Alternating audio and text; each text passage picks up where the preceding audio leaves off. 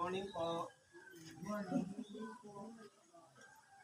Sa pangalan ng dakilang Panginoong Jesucristo, isang mapagpalang araw sa bawat isa.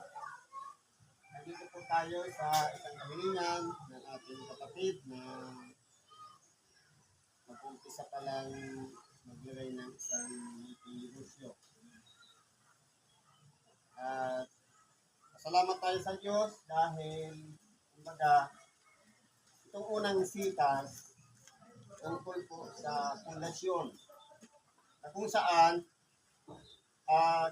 maganda po yung naging layunin dahil ang naging pundasyon para itayo ang isang bagay na pinapangaralan o ibinabahagi muna yung salita ng Diyos.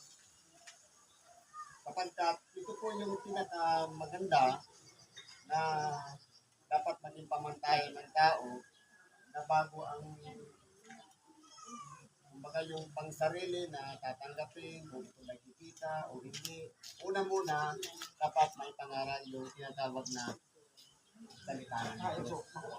Kapag kung nandoon po ang kapayapaan ng Diyos sa isang puok, nagiging panatag po ang kalooban ng bawat isa. Kumbaga, may mga dumarating na mga problema o mga pagsubok, parang easy lang dahil po pinangungunahan ng dakilang Panginoon ang isipan ng bawat isa. Kaya, yung salita po ng Diyos, kapag ito po ay pinakinggan at in-apply sa ating pang-araw-araw na pamumuhay, nagiging matatag po ang kalagayan ng isang tao. Kumbaga, kahit mabibigat na pagsubok, mga problema, parang easy lang. Madali lang po siyang masolve. Kasi kasama yung Panginoon sa pag-re-resolve ng bawat isang sitwasyon na nasa kalagayan ng mga suliranin o anumang mga dinaranas natin mga pagsubok sa ating buhay.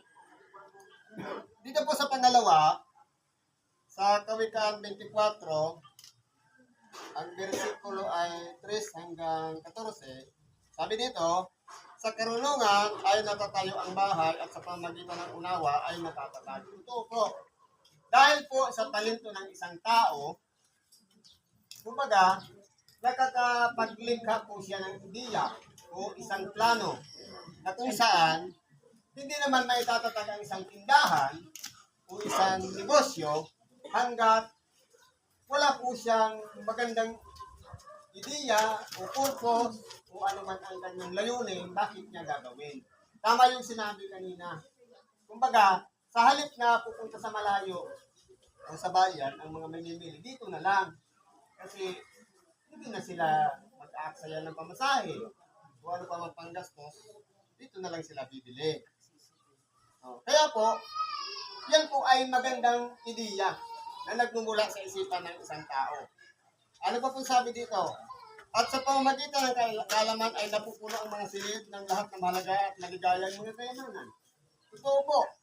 Kapag pinag-aharian po tayo ng kaalaman, halimbawa, palagay natin, inaaral natin yung sitwasyon ng isang lugar, tapos nakikita natin, marami palang mga hinahanap ang mga namimili na wala ako.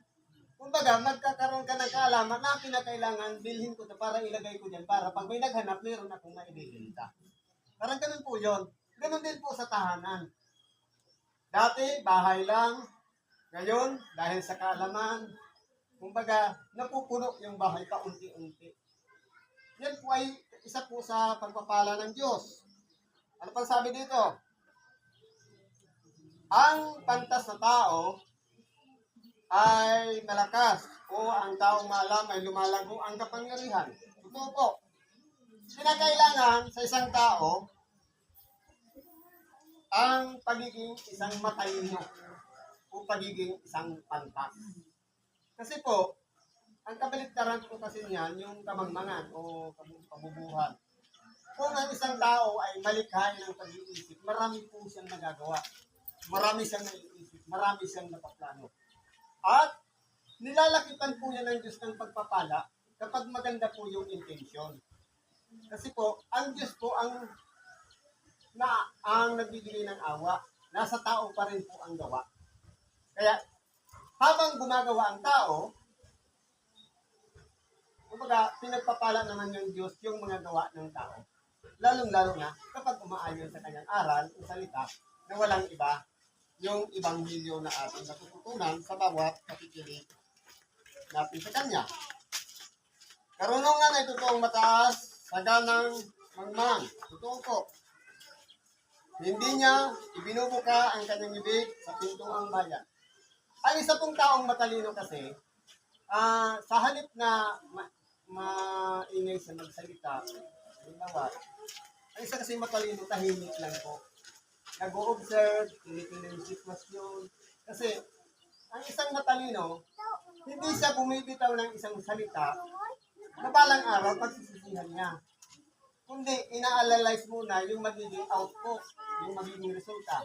Kapag sinabi ko ba ito, anong mangyayari? Kapag sinabi ko ba ito, ikakabuti ba o ikasasama? Yun po ang isang taong matalino. Ano pa pong sabi dito? Siya ang kumakata sa paggawa ng kasamaan, tawagin siya ng masamang tao. Ito po. Kapag ang pumapasok na sa isipan ng tao, sa ikapapahamak ng kapwa o ikasasama ng kapwa, ang mangyayari po yan, sarili niya rin ang unang mapapahamak. Ang tawag sa kanya, magiging isang masamang tao. Kaya kung ano po, sabi nga, o pabutihin niyo ang punong kahoy, magiging mabuti ang bunga niya. Tayo po ang punong kahoy. Nakikilala ang bunga sa pamamagitan ng ating mga gawa. Kaya, kahit sabihin natin mabuti tayong tao, sa bibig, nakikita naman ang ating kapwa, masama yung ating pagkatao, nagiging sinungaling po tayo. Kaya, mas maganda yung kapwa natin na nakakakita na nagsasabi mismo na mabuti tayong tao. Yun po yung isang bagay na mahalaga. Ang pag-iisip ng kamangmangan ay kasalanan. Ito po. Sa kawalang kaalaman, nagkakasala po. Pero habang nadadagdagan ang kaalaman, natututunan natin magbalanse, natututunan natin sundin ang kalooban ng Diyos. Sapagkat meron po tayong taglay na unawa. Lamang, hindi po siya nagdidilat hanggat wala tayong naririnig na mga aral, tuturo ng Diyos. At lalong-lalo na kung wala yung gabay ng Espiritu Santo, hindi po natin maitutuwid ang ating mga buhay. Kung ikaw ay manglupaypay sa araw ng kasakunaan, ang iyong kalakasan ay muntik. Kaya po, hindi po dapat tayo panghinaan ng loob. Halimbawa, dumarating sa buhay natin, okay na yung sitwasyon, nagkaroon tayo ng maayos na pamilya, tapos nagkaroon ng karamdaman sa ating mga pamilya, huwag po tayong mababagabag, kundi na kailangan ang pananatili natin ay pananalig sa Diyos. Kasi yun po mahalaga. Iligtas mo silang nangadala sa kamatayan at ang hanggang papatayin ay tingnan mo na iyong ibalik.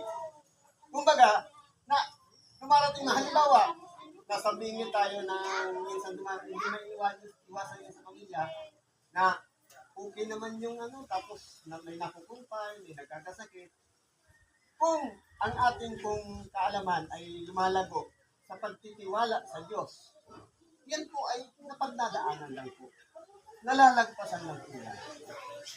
Ibig sabihin, sinusukat lang yung lakas ng ating pananalig kung hanggang saan. Kasi po, ang tao po kasi, may kanya-kanya oras. Kapag may oras, dadaanan lang po yung mga karamdaman niya. Ganon din po sa negosyo. Ang mga kalugihan, isang tao niya, ang mahalaga, hindi mo nagkakalimot sa Diyos. Kung iyong sinasabi ng ganito, hindi kayo nakakalam nito, hindi ba niya binubulay na tumitimbang ng mga puso at siyang nag-iingat ng iyong kaluluwa, hindi ba niya nalalaman? Kaya po, kinakailangan tayo dito, ang magkaroon tayo ng pangalan bilang mabubuhay tayo dito sa ilalim. Meron po tayong nalalaman. Alam natin yung mabuti, alam natin yung masama. Sundan lang natin yung mga bagay na makapaglululot sa ating ng kabutihan lalong-lalo na sa atin. At tayo pong mga tao ang nakakalam sa lalakasan ng bawat bagay na ginagawa sa ibabaw ng sanlibutan.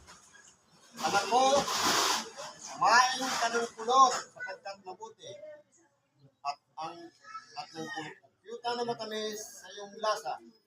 Sa gayoy, matututo ka ng karunungan na malalagay sa iyong kaluluwa. Kung iyong nasumpungan ito, sa gayoy, magkakaroon ka ng kagantihan. At ang iyong pag-asa ay hindi nahihiwalay. Totoo po, ang pulot o honeybee, hindi po siya dahil matamis lang, pero meron po siyang laman o benepisyo na pinakikinabangan natin. Siya po ay isang perfectong vitamins na walang kemikal.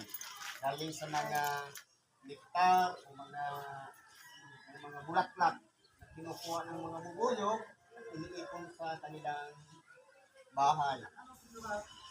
Kaya po, yan ang ginagamit na sa lahat ng mga lutuin, lalong-lalo sa ibang bansa, palaging may pulot. Kaya, kung gagamitin naman natin isang habit araw-araw, minum tayo niyan, napakaganda po yan sa katawan. Malayo po tayo sa anumang mga karamdaman. Sabi dito sa panghuli, sa kayo'y matututo ka ng karunungan. So po, ang karunungan ay hindi po yan itinuturo. Lahat po tayo ay meron ng taglaynan. I-develop na lang kung paano natin magiging direksyon ng ating buhay. Kung paano natin gagawin ang isang bagay. Kapag meron tayong angking karunungan, nakapagpapasya tayo ng tama, nakagagawa tayo ng tama. Karunungan po yan. Kumbaga, hindi padalos-dalos.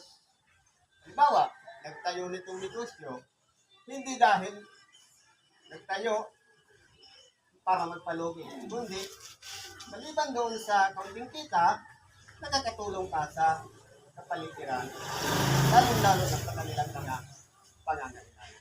Karunungan po yan.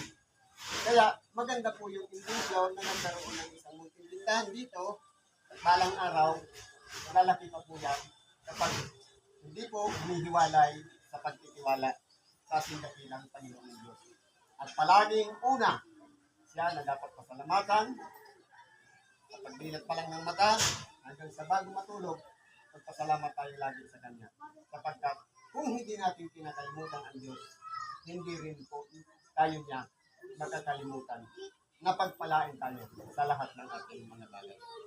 Siguro hanggang dito na lang ang munting pakikibahagi natin sa West Video. Salamat sa Diyos. At anuman ang ating mga kahilingan, karayang pagkatiwala natin sa Diyos, sa ngalan ng Kristo. Salamat at mapagpalang umaga sa bawat isa.